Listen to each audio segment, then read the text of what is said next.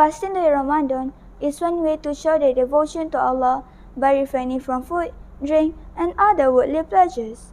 Fasting during Ramadan is mandatory for adults, except for few instances like those who are sick and wounded. Assalamualaikum warahmatullahi wabarakatuh, and good day to all of you. Hi, my name is Iman or Daleela binti Zulkifli.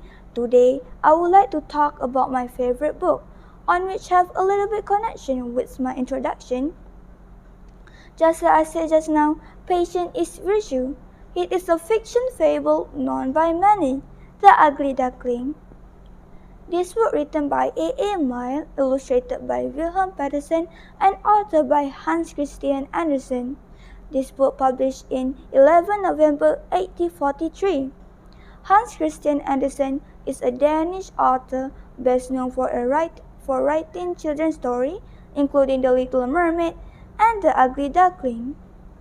I was attracted by this book because most versions of the book was beautifully illustrated by lots of publishers, but I think the one that I have is already good, with only 32 pages.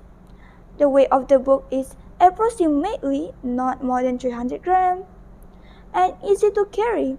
I read it at school and also before bedtime, kind of like reading myself a bedtime story before I go to sleep. First and foremost, let me begin to summarize the story in short. First published in 1843, The Ugly Duckling is one of the most celebrated of all Hans Christian Andersen fairy tales. But what does this story mean? Let me begin. The Ugly Duckling in summary tells about a mother duck who eggs are hatching. The last baby bird is larger than the eggs, and then the ducklings, and larger than the birds. They mock and vilify him, and he leaves his mother and his sibling behind.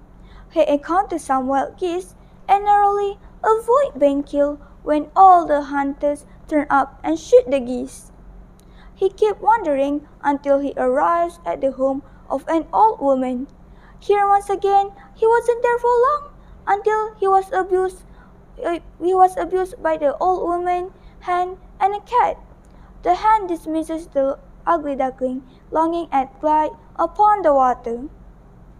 Once again, he continues on his way. The ugly duckling comes upon a flock of swans and longs to join them, but he was unable to fly, for he is too young and cannot fly. When spring arrives, he sees a flock of swans gliding at the lake. By this point, he given up on his life. He decided to throw himself in the water and being killed, so no one will reject him for being ugly. But surprise, surprise,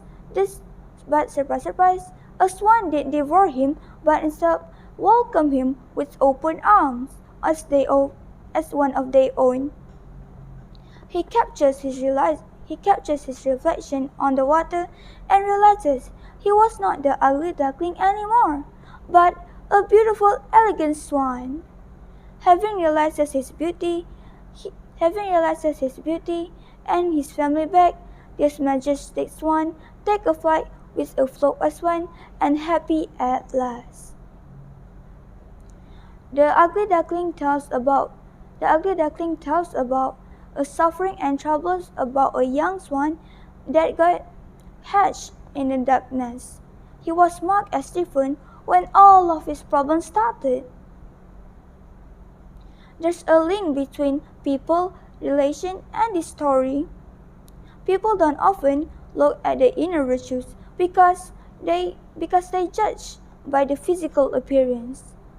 Last but not least, let me also tell you about literally elements of this story.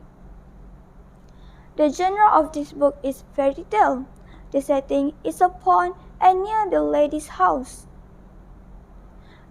Next is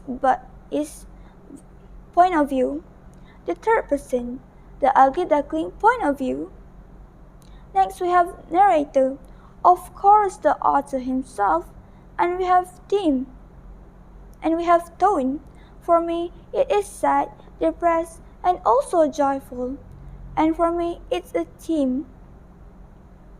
For me, its moral is the ugly duckling avoided by all other animals because being ugly.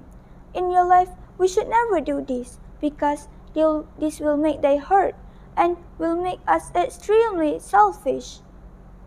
I would like to add some more moral. We should not discriminate people just because they judging by physical appearance. I would like to end my review now. Thank you for listening and goodbye.